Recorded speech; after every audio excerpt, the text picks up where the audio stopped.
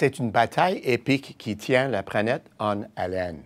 Le protectionnisme a fait surface dans l'économie mondiale et donné lieu à beaucoup de fanfaronnades et même certains virages subtils sur le plan des politiques.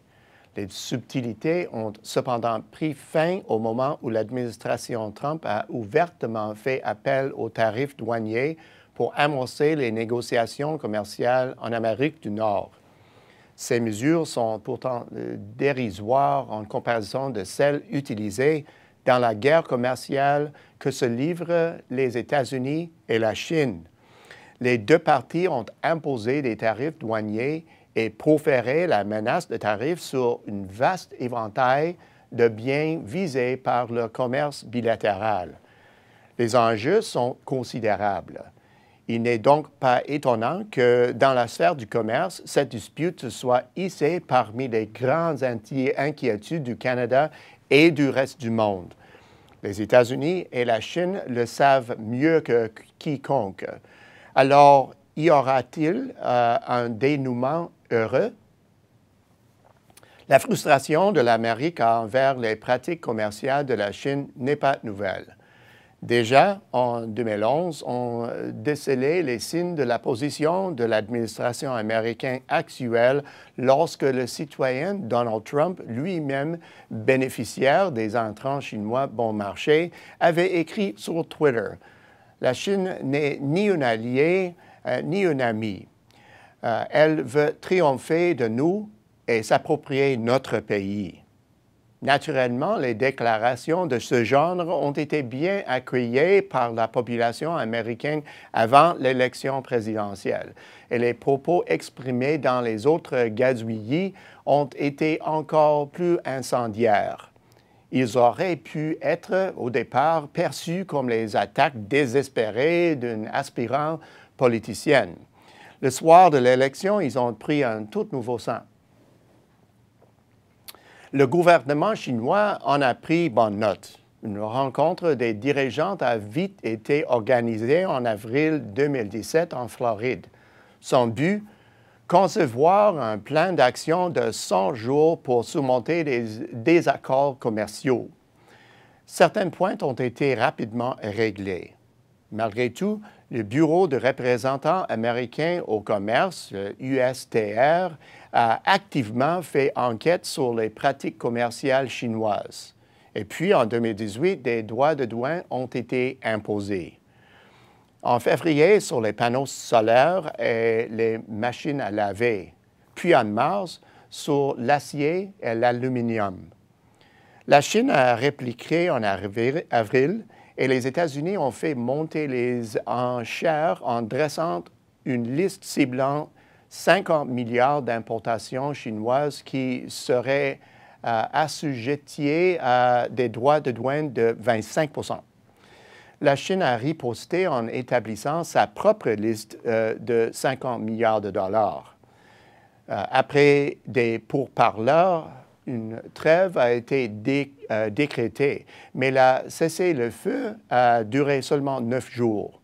Les négociations ont repris, puis en juillet, les États-Unis ont imposé des tarifs douaniers de 25 % sur une liste plus restreinte visant 34 milliards de dollars en importations chinoises.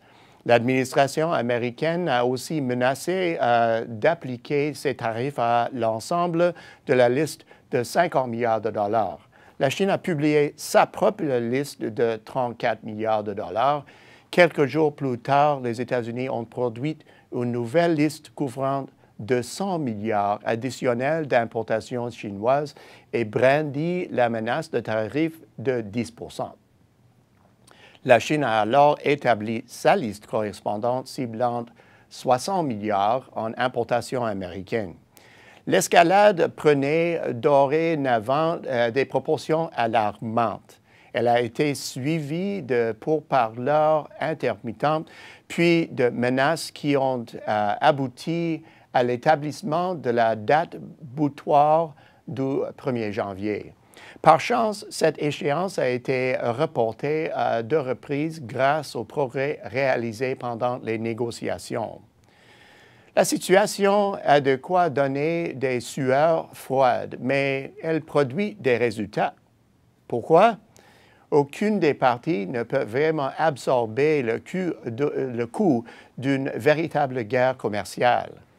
L'économie de la Chine est toujours fortement tributaire des mesures de relance et particulièrement vulnérable à toute détérioration de ses échanges commerciaux avec les États-Unis. Par ailleurs, aucun politicien américain ne veut se lancer dans une campagne électorale après avoir fait grimper des coûts d'un vaste éventail de biens au détail. Le citoyen moyen américain aurait alors du mal à croire que le pays est en voie de retrouver sa grandeur. À ce titre, les coûts sont un facteur jouant en faveur d'une résolution du litige. Pour notre part, nous pensons qu'un accord décisif sera trouvé avant la fin de l'année, et ce pour plusieurs raisons. Tout d'abord, parce que malgré les tactiques offensives américaines, la Chine n'est pas restée campée sur ses positions. En fait, elle est à maintes reprises revenue à la table des négociations. Deuxième raison, le report de la date butoir pour imposer l'application des tarifs nous permet de supposer qu'aucune des parties ne veut vraiment en arriver là. La troisième raison, des progrès sont accomplis et des concessions sont consenties dans certains secteurs, ce qui est le signe d'une volonté de parvenir à un compromis. La quatrième raison, la Chine affiche un intérêt croissant pour l'accord de partenariat transpacifique, lequel prend en compte bon nombre des grandes préoccupations de l'administration américaine. Enfin, les États-Unis ont montré lors du processus de renégociation de l'accord nord-américain que leur objectif est de conclure un accord. Si, comme nous le croyons, il y avait une résolution du litige dans un avenir rapproché, les effets sur l'économie mondiale en seraient manifestes. D'ailleurs, beaucoup d'acteurs économiques considèrent cette dispute commerciale comme le principal frein à l'activité actuelle et la première cause de la contraction récente de la croissance du PIB. De toute évidence, ce litige a mis en veilleuse un vaste éventail d'investissements commerciaux. Au bout du compte, l'impasse entourant les négociations commerciales entre les États-Unis et la Chine doit être vue comme une étape menant à un accord. S'il donne les résultats attendus cette année, il montrera que la rancœur n'est pas nourrie par un mouvement de démondialisation ou même de slowbalization, où le monde avance à pas d'escargot. Il témoignait plutôt d'un renforcement des mécanismes du commerce international qui a sorti des centaines de millions de personnes de la pauvreté et contribué à la prospérité de la population du Canada et des autres pays du monde développé. À la semaine prochaine, c'est Peter Hall.